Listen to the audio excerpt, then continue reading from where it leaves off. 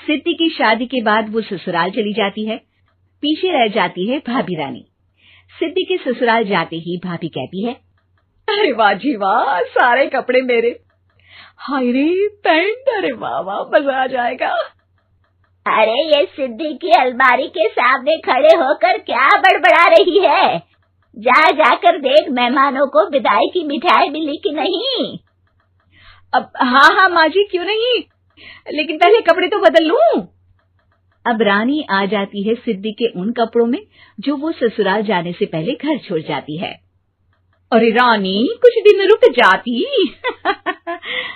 अरे ये तो सिद्धि बिटिया को मैंने ही दिया था, बड़ा ही फबता था उस पर, तुझ पर तो कुछ खास नहीं लग रहा। अब वो ना मेरे सारे कपड़े गीले थे तो सोचा पहन लूं। वैसे भी सिद्धि को कौन सा दिन पुराने आउटडेटेड कपड़ों को पहनना है। वैसे भी ये सूट तो मैंने तभी पहना था, वैसे खास है भी नहीं ये। हाँ ठीक है, लेकिन ना मेरी सिद्धि पर तो जमता था।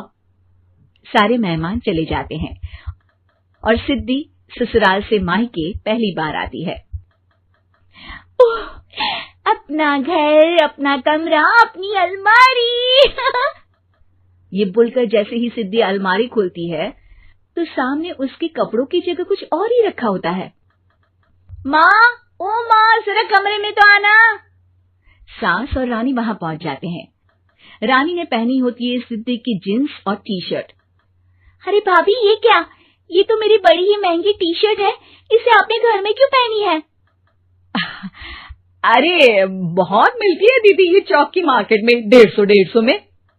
ओ भाभी प्लीज, ये एरोपोस्टल है, 2000 की एक टी शर्ट। ओह, 2000 में तो दीदी 4 साड़ी आ जाए। अब क्या बोलूं? भाभी, ये मेरी अलमारी में छोटू के कपड़े, तो मेरे कपड़े कहाँ हैं?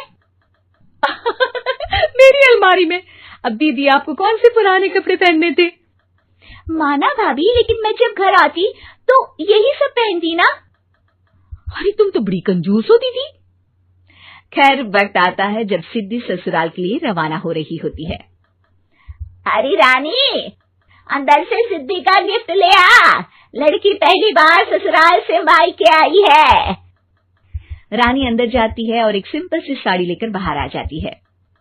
ये लीजिए माँ जी। सास बेटी को गिफ्ट देकर ससुराल भेजती है। अगले दिन रानी एक सुंदर सी साड़ी पहनकर सामने आती है।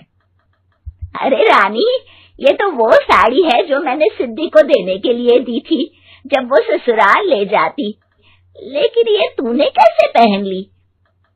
अरे माँ जी, ये साड़ी तो मुझे बहुत पहले से ही पसंद थी, लेकिन चिंता ना करिए, मैंने सिद्धि के लिए भी अच्छी सी साड़ी दी है। हाँ। तभी सिद्धि का फोन आता है। क्या माँ, कुछ अच्छा तो दिया होता ससुराल ले जाने के लिए, अरे पहले दिखा दिया होता। ये चमकते हुए पैकेट में नौकरानी वाली साड़ी मत दिया करो माँ।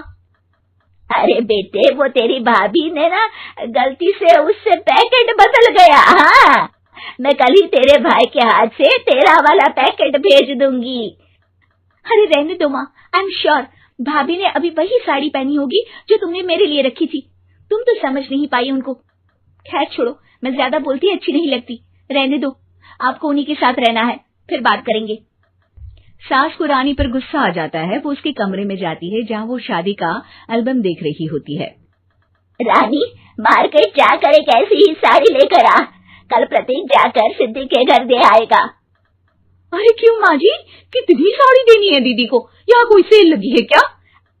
अरे चुप कर, मेरे बेटी के हिस्से की साड़ी खुद पहन ली, अब ज्यादा ज्ञान बांट रही है। एक दिन सिद्धि का फोन आता है। माँ, मेरी सास ने आप सबको खाने पर बुलाया है। सारे लोग सिद्धि के ससुराल पहुंचते हैं।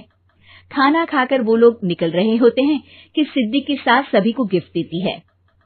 अरे बहन जी, बेटी के घर का खाना खा लिया, यही बहुत है जो आप ऊपर से गिफ्ट भी दे रही है। अरे बहन जी, आप भी कहाँ इन बातों पर विश्वास कर रही हैं। सास सभी को गिफ्ट देती है, लेकिन रानी को जो साड़ी देती है वो अजीब सी हरे रंग की, लाल रंग की बड़ी छाप वाली होती है। अरे छी, ये कौन पहनेगा?